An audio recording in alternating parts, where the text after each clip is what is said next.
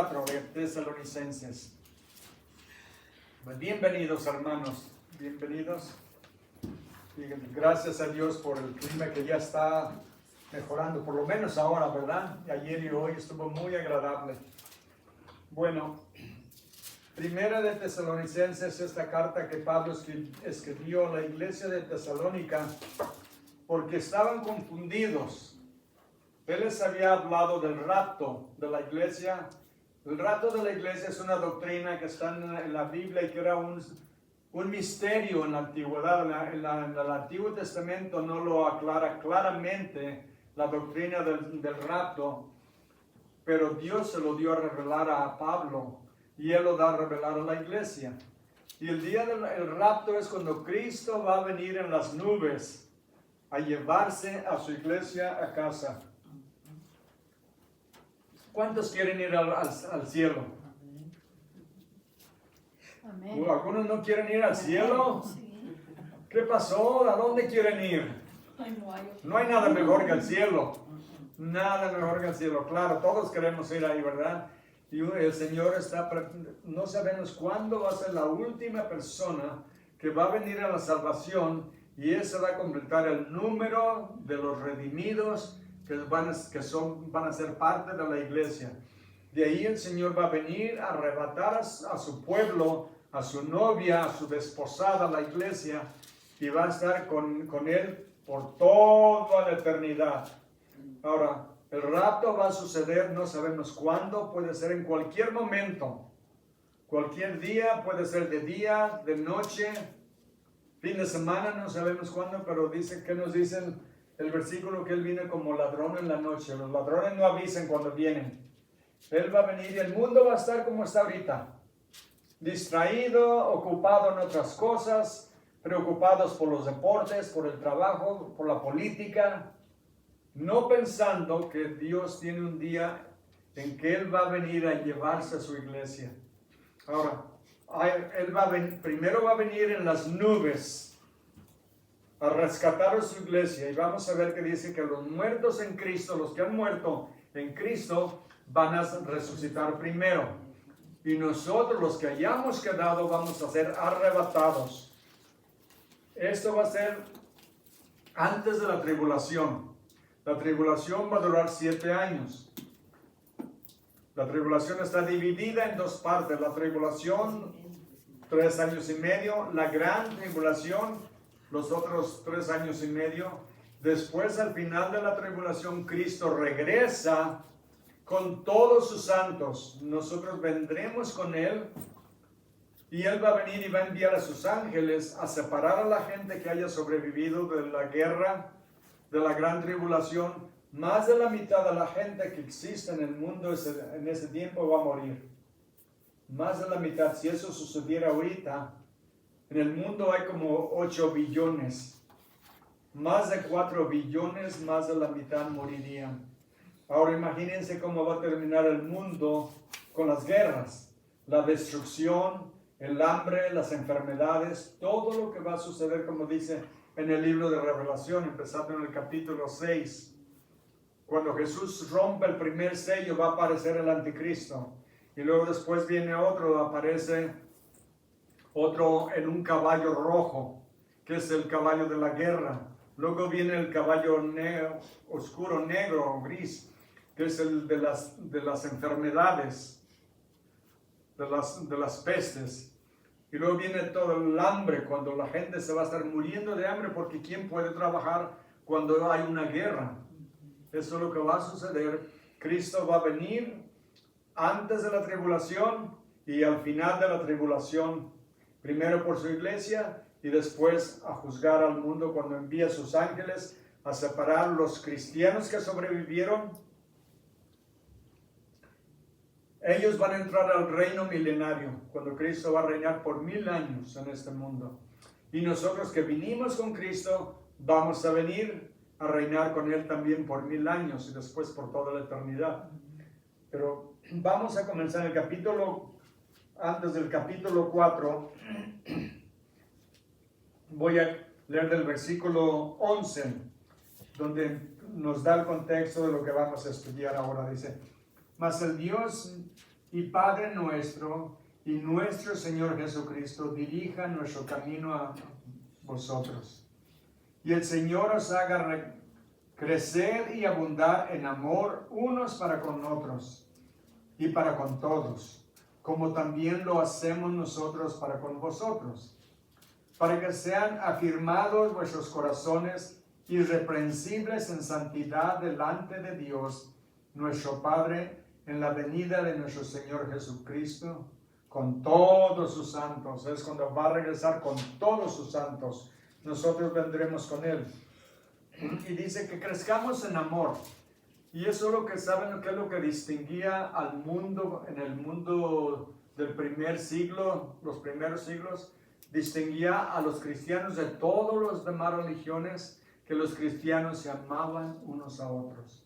Amaban aún a sus enemigos.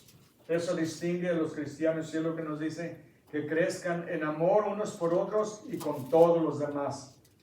Capítulo 4, versículo 1 dice, por lo demás, hermanos, os rogamos y exhortamos en el Señor Jesús, que de la manera que aprendisteis de nosotros, cómo os conviene conduciros y agradar a Dios, así abundéis más y más, porque ya sabéis qué instrucciones os dimos con el Señor Jesús, pues la voluntad de Dios es vuestra santificación.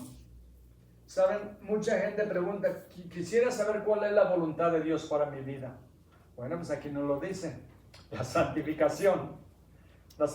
Dice que ser santificados es ser separados del pecado y apartados para Dios.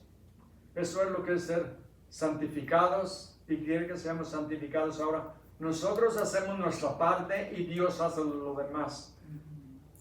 Él nos da las gracias, Él nos da la gracia y la ayuda. En el Salmo 4:3 nos dice la palabra de Dios. Sabed pues, que Jehová ha escogido al piadoso para sí. Jehová oirá cuando yo a Él clamare.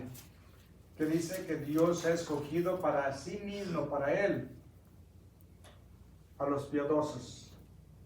¿Queremos ser escogidos de Dios? Amén.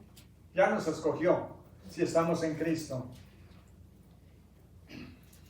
Y clamemos a Él cuando tenemos algún problema, alguna necesidad. ¿A quién llamamos? Primero hay que llamarle a Dios antes de agarrar el teléfono y llamarle a alguien. Y decir que Dios nos ayude, que nos dé fuerzas para seguir adelante y salir adelante de las pruebas. En Jeremías 1:5, Jeremías fue un profeta que Dios escogió desde bien jovencito. Y saben que él no quería el trabajo. Él no quería ser profeta. ¿Saben por qué? Porque en el Antiguo Testamento a los profetas prácticamente a todos los mataron. El pueblo no le gustaba lo que decía el profeta, que Dios iba a traer el juicio por el pecado de la nación, iba a traer enemigos que iban a invadir su tierra, iban a destruir su templo, iban a robar todo lo que habían cosechado, lo que habían conseguido. Entonces se enojaban con el profeta y le agarraban contra él. Y prácticamente a todos los mataron. Jesús le dijo a los fariseos, ¿a quién de los profetas no mataron a sus padres? ¿Verdad? Pues el Señor escogió a Jeremías y dice en el versículo 5, antes que te formase en el vientre, te conocí, y antes que nacieses, te santifiqué, te di por profeta a las naciones. Y luego miren lo que dice en el 6, la respuesta, y yo dije, Señor Jehová, y aquí no sé hablar porque soy niño, o sea, muy joven. Dijo, Señor, escoge a otro. ¿No ves que yo soy un chavalo? Tengo la edad de Josué. ¿Cuántos años tiene Josué? No, ese es Joseph. Joseph. 13 años. Tal vez esa edad tenía, o un poquito, o sea, unos cuantos años más. Y dice, no, Señor, yo soy muy joven para que me mandes a hacer este trabajo. Me van a matar. Pues lo quisieron matar, lo golpearon, lo pusieron en un pozo lleno de lodo en el fondo, lo dejaron ahí a que se muriera. El rey mandó a alguien que lo sacara, pero le fue mal. Pero ¿saben qué? Ahora está con el Señor. ahora no se arrepienta de lo que sufrió y lo que hizo por el Señor, porque Dios lo escogió para que hiciera precisamente ese trabajo de clamar al pueblo y dar el mensaje de Dios. Dios lo escogió a él y nos ha escogido también a nosotros, ¿saben? En Juan 17:17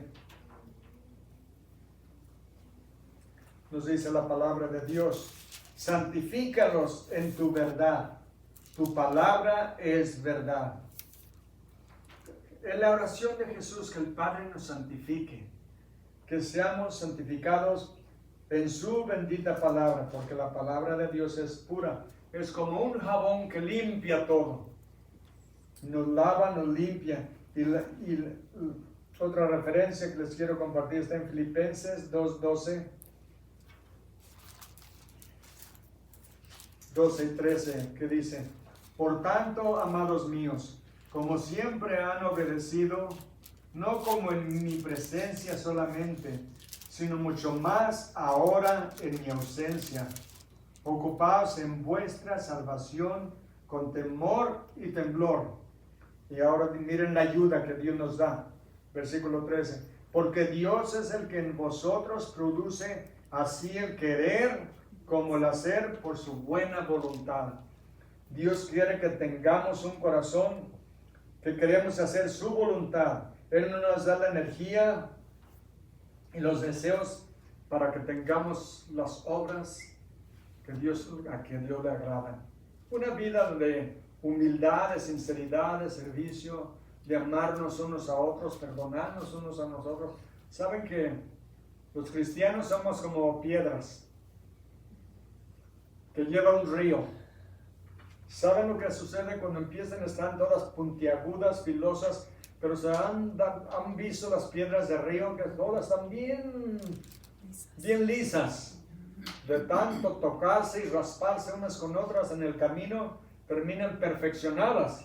Y es lo que Dios quiere hacer con nosotros: perfeccionarnos, santificarnos, hacernos las personas que Él quiere que seamos. Y Él nos ayuda. Solamente tenemos que pedirle. Y Él nos va a ayudar. Él nos va a dar el querer como el hacer por su buena voluntad. Él es el que nos da toda la ayuda que necesitamos. Volvamos a Tesalonicenses, versículo 3, dice: pues la voluntad de Dios es vuestra santificación, que os apartéis de fornicación. Y esto incluye todo tipo de fornicación, que no sea la relación entre un esposo y una esposa para toda la vida. Sabemos que en nuestros días existen, ¿cuántos géneros hay ahora? Ahora ya no se sabe quién es una mujer, ¿verdad? Los hombres compiten contra las mujeres en los deportes y ya no se sabe qué. La Biblia nos dice que Dios creó a Adán y a Eva y que estuvieran juntos por toda la vida. Cuando uno se casa, que dice que nos casemos hasta que la muerte nos separe. Eso es el plan perfecto de Dios. Ahora el mundo ha corrompido todo con el pecado. Sabemos que los pecados de la carne abundan. Pablo les escribió esta carta a los de Tesalónica, la escribió desde Corinto. Corinto era una ciudad completamente hundida en el pecado. Era la ciudad del pecado, era como Las Vegas. Era una ciudad de pecado. Y de ahí les dice que busquen su santidad, que busquen la santidad de lo que Dios quiere de ellos y para ellos, que se aparten de los pecados del mundo, de toda fornicación. Versículo 4, que cada uno de vosotros sepa tener su propia esposa en santidad y honor,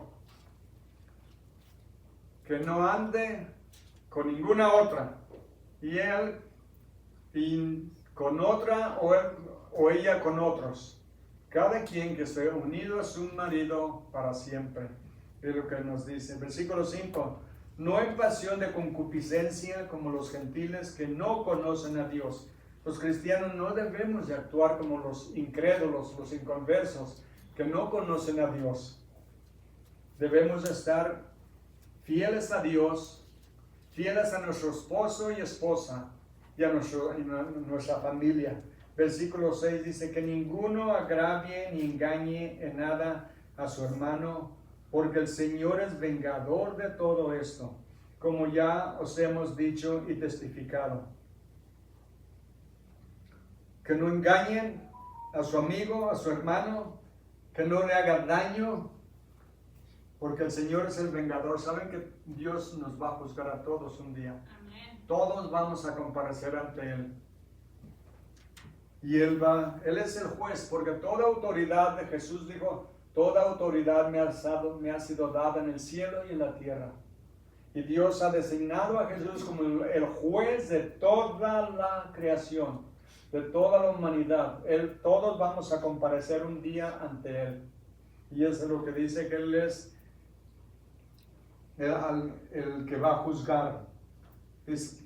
Porque el Señor es vengador de todo esto, como ya les hemos dicho antes. Versículo 7. Pues no nos ha llamado Dios a inmundicia, sino a santificación. Los cristianos debemos de distinguirnos del mundo en la forma en que hablamos y en la forma en que vivimos. Porque el mundo nos está viendo. Si le decimos a alguien que somos cristianos, el mundo nos va a estar examinando constantemente a ver en qué caemos. Y si actuamos como ellos, ¿saben por qué les gusta que uno actúe como ellos? Porque entonces se sienten justificados por lo que hacen. No tienen que cambiar de estilo de vida. Dice, si él hace lo que yo hago, pues entonces ¿para qué cambio? Si yo hablo como él o como ella, con esas palabras, entonces no hay nada de malo en lo que hago yo. Nosotros tenemos que ser completamente diferentes porque hemos sido sacados, escogidos de Dios del mundo, separados para Él y para vivir en santidad. Eso es lo que Dios quiere de nosotros, que vivamos en santidad, en entrega absoluta al Señor. Dice que pues no nos ha llamado Dios a inmundicia, sino a santificación, porque así que el que desecha esto no desecha a hombre, sino a Dios, que también nos dio su Espíritu Santo. Dice, ¿me rechazan a mí? Dice, no me están rechazando a mí, están rechazando a Dios. Yo solamente soy el pastor que les da la palabra. Yo soy el apóstol que les trae la palabra de Dios. Lo que Dios le ha dado a él lo está comunicando a la gente. Hagan de cuenta, el pastor es como el mesero. El que prepara la comida es Dios, la palabra. Uno nada más la lleva a la gente. Uno le sirve a la gente. Y es lo que Pablo está diciendo, que no, si lo rechazan, no lo rechazan a él, sino rechazan, dice, a Dios, que también nos dio su Espíritu Santo. En 1 de Pedro 1:14.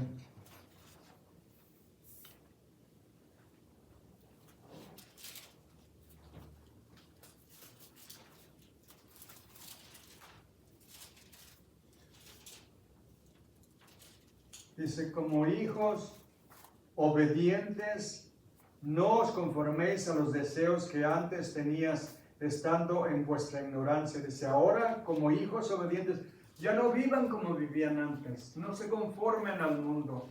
Sean diferentes, actúen diferentes, vivan diferentes.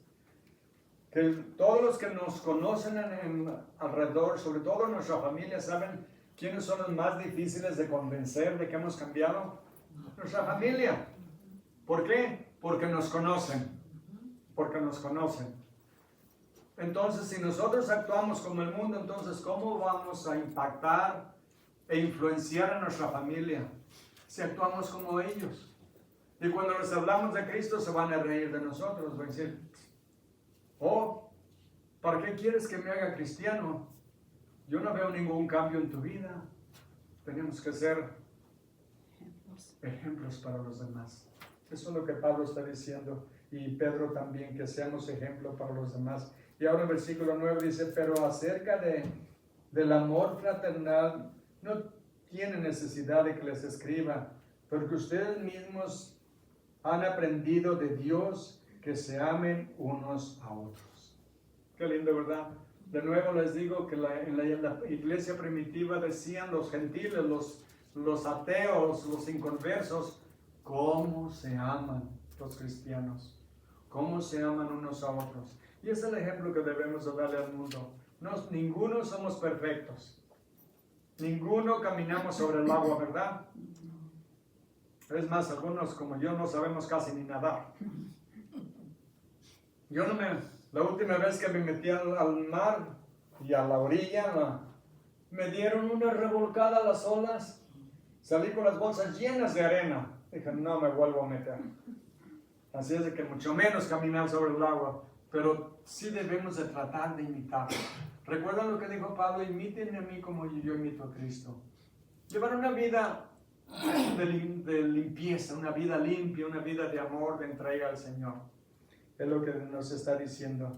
Por eso dice, del amor fraternal no tiene necesidad que les escriba, porque ustedes mismos han aprendido de Dios cómo deben de amarse unos a otros. Dice, también lo hacéis así con todos los hermanos que están por toda Macedonia. Macedonia era la capital de la región de Asia Menor. Dice, a todos ustedes son conocidos porque aman a todo el mundo. Se aman unos a otros, se apoyan unos a otros, oran unos por los otros. Qué bonito, ¿verdad? Una iglesia donde todos se amen unos con otros. Se perdonen sus faltas, se animen unos a otros a congregarse, a orar, a estudiar la Biblia. ¿Saben que es algo muy bonito que los padres, sobre todo de familia, junten a sus hijos cuando todavía los tienen en casa y leer la Biblia juntos, orar juntos? No hay mejor influencia para los hijos que vean a sus padres orando juntos y leyendo sus Biblias. Han hecho encuestas, estudios de que si la madre es cristiana, hay una posibilidad de que los hijos también se conviertan. Un 18% de que los hijos vengan a la salvación. Ahora fíjense en la diferencia. Pero cuando el padre es cristiano y le da el ejemplo a los hijos, hay como el 90% de que los hijos vengan a la salvación. Ahora uno debe de animarlos, de exhortarlos y de forzarlos también a veces, porque si uno les da la opción se quedan en casa. Nuestras hijas nunca tuvieron esa opción. Íbamos a la iglesia, venían con nosotros también. Nunca ni nos preguntaron, nos podemos quedar, porque sabían que no era una opción. Porque teníamos que darles el ejemplo. Tenemos que darles el ejemplo y animarlos. Pueden hasta sobornarlos. Decirle, vamos a la iglesia y después saliendo vamos a McDonald's. Y ahí se los anima uno, ¿verdad? Lo que sea necesario, pero animarlos. Pero no con mucho menos con amenazas o golpes. Eso no funciona. Con buen ejemplo y con buenas palabras.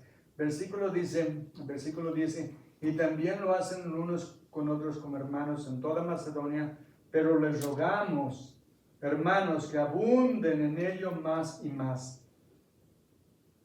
Y procuren tener tranquilidad y ocuparos en vuestros negocios y trabajar con vuestras manos. ¿Saben por qué? Muchos habían dejado de trabajar. ¿Saben por qué? Ellos estaban esperando que llegara el rapto de la iglesia y dijeron, pues ya va a llegar Cristo, ¿para qué trabajo?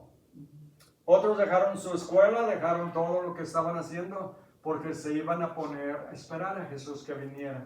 Bueno, el problema es que no vino. No ha venido todavía. En su vida no había llegado, entonces Pablo los está diciendo, hey, no quiero que anden metiéndose en los negocios de otros, que anden de chismosos, metiéndose, como decimos un poco fuerte, metiéndose en lo que no les importa. Es lo que Pablo está diciendo. No se metan a donde no los llaman.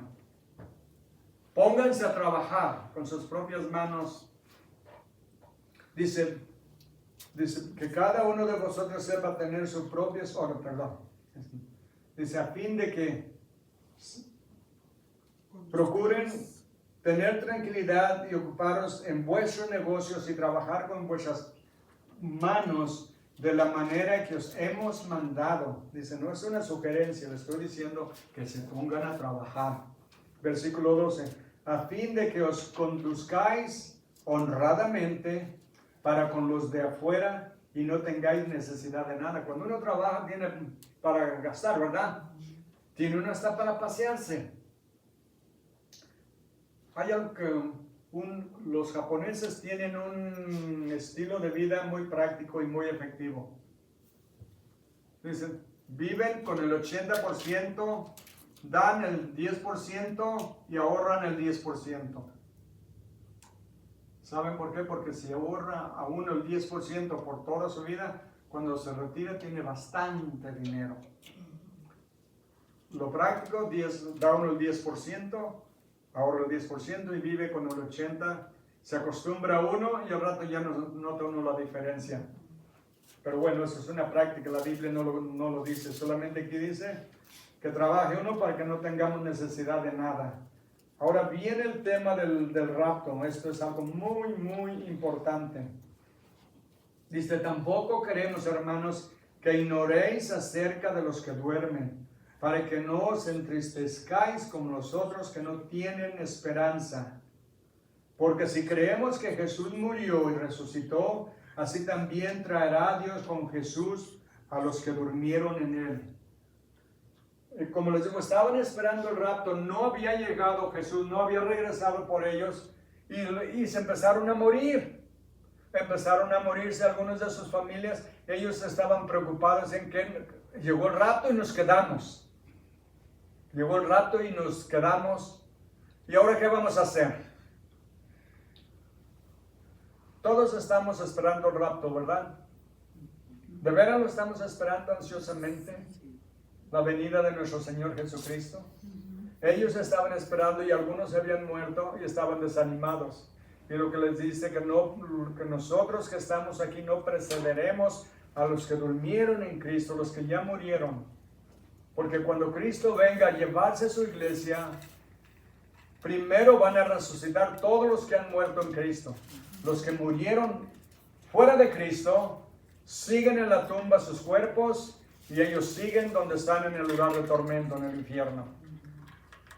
Hasta el día, al final del milenio, cuando Dios va a resucitarlos a todos y todos ellos van a comparecer ante el gran trono blanco y van a ser juzgados de acuerdo a sus obras.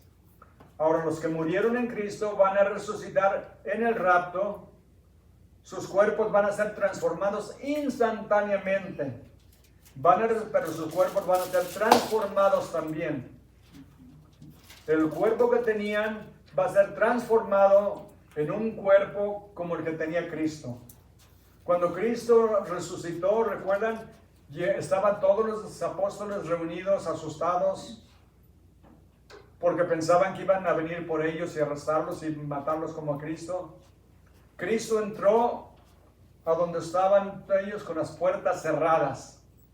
No abrió la puerta, no tocó, simplemente entró. Y es el cuerpo que nosotros vamos a tener. Cuando Dios nos transforme estos cuerpos, nosotros ahorita estamos en estos cuerpos que si no viene pronto, vamos a morir. Nuestros cuerpos se van a descomponer. Vamos a terminar puro polvo. Y decimos, bueno, ¿y qué tal los que murieron hace 2000 años? ¿Dónde está qué tal si lo comió un tiburón? ¿Dónde está su cuerpo? ¿Saben que para Dios no hay imposibles? El que creó los cielos y la tierra solo con su palabra puede reconstruir ese cuerpo y transformarlo y darle un cuerpo nuevo. Es lo que nos dice la palabra de Dios. Dice, no queremos que se ignoren acerca de los que durmieron. Déjenme decirles esto, dormir es una palabra que usan para alguien que murió físicamente. Eso no quiere decir que el alma duerme. El alma no duerme. Los testigos de Jehová dicen que van a ser aniquilados o los que están dormidos. No. Cuando la Biblia de dormir es que están muertos, sus cuerpos están como si estuvieran dormidos. sus almas. En el momento que uno muere, es la separación del alma y del cuerpo. El cuerpo deja de funcionar. Si lo tienen con ayuda artificial, con oxígeno, con un montón de aparatos, en el momento en que lo apagan, el cuerpo muere, en la separación del alma y del cuerpo. El cuerpo está como dormido, muerto, pero el alma va a un lugar. Si estaba en Cristo, si era cristiano, va al cielo. Si no creyó en Cristo en toda su vida, no lo recibió, va al infierno. Entonces es de lo que nos dice. Dice, ahora habla de que no se entristezcan si eran cristianos, ¿verdad? Dice, para que no os entristezcáis como los otros que no tienen esperanza. Si nosotros sabemos que alguien murió que era un ateo, era un agnóstico, odiaba a Cristo, no quería nada que ver con él, sabemos en dónde está. Y no hay esperanza. Estaba hablando con un pastor la semana pasada y él es un capellán de los que están a punto de morir, esos que los tienen en, ¿cómo le llaman cuando están en Hospice? En hospicio, ¿verdad? Hospicio. Que ya están para morir. Él ha hecho ese ministerio por años. Y dice que recuerda a un hombre que fue y no le quiso abrir la puerta, no quiso escucharlo, que le gritó, no quiero saber nada de tu Cristo, lárgate de aquí. Así murió. ¿Dónde está? Donde no queremos ir. Es él, ese hombre que rechazó a Cristo, su cuerpo está muerto y va a ser resucitado hasta el final del milenio para ser juzgado y arrojado al lago de fuego. Cosa horrible que no queremos que nadie vaya ahí. Dice el versículo 14, porque si creemos que Jesús murió y resucitó, así también traerá Dios con Jesús a los que durmieron en él. ¿Ven? Él va a traer a todos los que durmieron, a todos los que murieron en Cristo, van a ser resucitados instantáneamente en el rapto y nos vamos a encontrar con el Señor en las nubes. Déjenme continuar, dice, versículo 15, por lo cual os decimos esto en palabra del Señor. Dice, no son mis palabras, son las palabras del Señor, que nosotros que vivimos y habremos quedado hasta la venida del Señor, no precederemos a los que durmieron. No les vamos a ganar. Ellos van a resucitar primero y enseguida, instantáneamente, nosotros vamos a ser transformados. Versículo 16, porque el Señor mismo, con voz de mando, con voz de arcángel y con trompeta de Dios, descenderá del cielo y los muertos en Cristo resucitarán primero. ¿Se dan cuenta? Los que están muertos van a resucitar primero. Y miren lo que continúa. Luego nosotros los que vivimos, los que hayamos quedado, seremos arrebatados juntamente con ellos en las nubes para recibir al Señor en el aire. Instantáneamente. Así estaremos para siempre con el Señor. Y miren el último versículo. Por tanto, alentaos los unos a los otros con estas palabras. Ahora, aquí vemos, le llamamos la doctrina del rapto. La iglesia le llama la doctrina del rapto. Una doctrina no se saca de un versículo. Eso hacen las sectas. Muchas veces agarran un versículo, lo tuercen y de ahí hacen una doctrina. Los cristianos, lo que dicen en un lugar tiene que estar repetido en otro lugar o varios lugares. La doctrina del rapto está en muchos lugares a través de la Biblia. Les voy a compartir algunos. Juan 14, 1 al 3. Lo que el Señor le dijo a sus discípulos.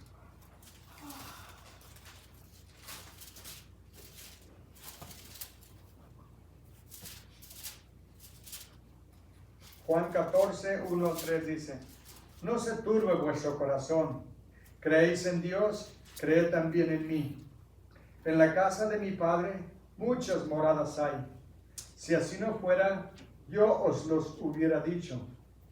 Voy pues a preparar lugar para vosotros, y si fuere y os preparare el lugar, vendré otra vez y os tomaré a mí mismo, para que donde yo estoy, vosotros también estéis. ¿Está bien?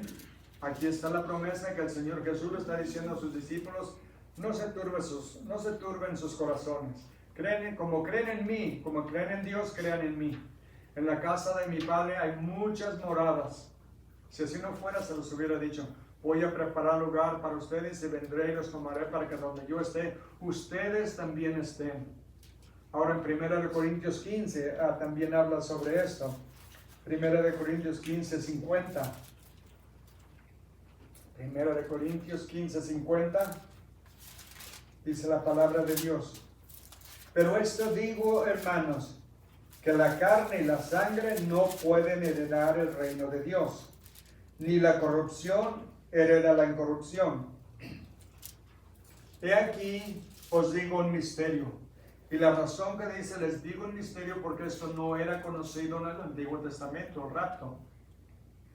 Dios se lo reveló, Jesús se lo reveló a Pablo. Dijo, aquí os digo un misterio, no todos dormiremos o moriremos, pero todos seremos transformados en un momento, en un abrir y cerrar de ojos, a la final trompeta, porque se tocará la trompeta y los muertos serán resucitados incorruptibles, y nosotros seremos transformados. 53. Porque es necesario que esto corruptible se vista de incorrupción y esto mortal se vista de inmortalidad. Y cuando esto corruptible se haya vestido de incorrupción y esto mortal se haya vestido de inmortalidad, entonces se cumplirá la palabra que está escrita. Sorbida es la muerte en victoria. ¿Dónde está, oh muerte, tu aguijón? ¿Dónde está, oh sepulcro, tu victoria? Ven, nuestros cuerpos van a ser transformados instantáneamente en un abrir y cerrar de ojos. Entonces ya lo vimos en Primera de Tesalonicenses, lo vimos en Juan capítulo 14, lo vemos ahora en Primera de Corintios 15. Les digo, esta es una doctrina repetida en muchos lugares. Ahora en Filipenses 3:20, Filipenses 3:20 y 21 nos dice la Biblia, mas nuestra ciudadanía está en los cielos, donde también esperamos al Salvador, al Señor Jesucristo, el cual transformará el cuerpo de la humillación nuestra para que sea semejante al cuerpo de la gloria suya,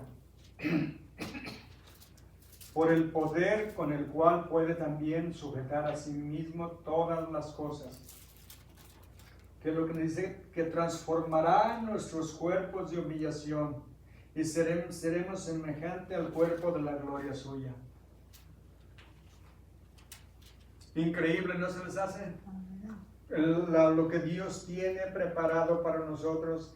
En Revelación 3:10 nos dice también la Biblia, por cuanto has guardado la palabra de mi paciencia, yo también te guardaré de la hora de la prueba que ha de venir sobre el mundo entero para probar a los que moran sobre la tierra. Dice, como has guardado mi palabra, yo te voy a proteger. Dice, te guardaré de la hora de prueba que ha de venir sobre el mundo entero, la tribulación y la gran tribulación. Les digo, lo oyemos y le decimos, bueno, sí, va a ser terrible. Imaginémonos una guerra donde más de la mitad de la gente va a morir. Por la guerra, por el hambre, por las enfermedades. Va a ser algo con el mundo. Recuerden, Jesús dijo que si Él no interviniera, nadie quedaría vivo. Él va a venir y parar esa guerra. Él va a venir a intervenir, porque si no, nadie quedaría vivo. Va a ser un tiempo absolutamente horrible. Imaginémonos simplemente ahorita. ¿Qué sucedería si el rapto sucediera ahorita? ¿Cuántos están volando por el mundo en aviones? ¿Qué tal si los pilotos o el piloto es cristiano y desaparece? ¿A dónde va el avión? Al suelo. ¿Qué tal los que van en carros en los freeways, en las carreteras, en las calles? todos desaparecen. Si el padre o la madre es cristiano y el esposo no, se quedan a la deriva. Va a ser algo tremendamente horrible. Trenes, camiones, carros que se quedan sin conductor. Va a ser un tiempo absolutamente horrible. Cuando Cristo se lleve a la iglesia, la razón que no hay tanta pudrición ahorita en el mundo es por la iglesia. Porque Cristo vive, el Espíritu Santo vive dentro de los cristianos. Y nosotros somos la sal de la tierra, ¿verdad? ¿Qué es lo que hace la sal? Previene la pudrición y da sabor. Y somos la luz del mundo. Sin nosotros el mundo va a quedar en absoluta oscuridad espiritual. ¿Se imaginan? Pero después de esto, muchos se van a alegrar de que ya no estamos aquí. Porque ¿qué tal? Nuestros carros, nuestras casas, todo lo que tengamos se va a quedar para ellos. Eso les va a alegrar. Después de esto va a haber una tremenda conmoción en el mundo por todas las catástrofes después de todo lo que es la guerra que va a venir después. Primero por el rapto, todos los problemas que va a haber en el mundo, cuando todos los cristianos, millones y millones de todas partes del mundo van a desaparecer. Luego va a aparecer el anticristo con la solución a todos los problemas. Y la gente lo va a seguir. ¿Por qué? Porque Jesús dijo, yo vine en mi nombre y a mí no me recibieron. Si otro viene en su nombre, a él lo van a recibir. Y el mundo lo va a recibir. Muchos no. Muchos que han oído el evangelio, que han crecido tal vez hasta en la iglesia, pero nunca se han entregado al Señor. Conocen bastante de la Biblia, pero nunca se han entregado al Señor. Una vez que sucede el rapto de la iglesia, se van a dar cuenta que se quedaron y entonces sí se van a entregar al Señor porque saben lo que viene después. Viene el anticristo, viene la persecución y saben que si toman el sello de la marca de la bestia en su mano derecha o en su frente, están condenados para siempre. Ya no hay manera de echarse para atrás. Entonces muchos de esos se van a convertir. Esos son los que van a ser perseguidos por el anticristo y los va a matar. A la gran mayoría los va a matar, otros van a sobrevivir para entrar al milenio. Pero va a ser un tiempo terrible, terrible. Cristo ama a su iglesia. Él dio su vida por su iglesia. Y Él va a venir a llevarse a la casa para protegerla. Para protegerla que no pase por la tribulación. Entonces nosotros que conocemos la palabra de Dios, sabemos el destino que tenemos. No tenemos que temer. Solamente estamos esperando que venga el Señor. Pero mientras viene, dice la Biblia, estemos ocupados en las cosas del Señor. Porque un día va a llegar cuando menos lo pensemos. En 1 de Juan 3:2, 1 de Juan 3:2 dice la Biblia. Amados, ahora somos hijos de Dios y aún no se ha manifestado lo que hemos de ser, pero sabemos que cuando Él, Jesús, se manifieste, seremos semejantes a Él, porque le veremos tal como Él es. ¿No es maravilloso? ¿Qué les decía? Que vamos a tener cuerpos como Cristo, vamos a ser como Él es en esa. No vamos a ser divinos, ¿ok? Entendamos eso claramente. Solo Dios es divino.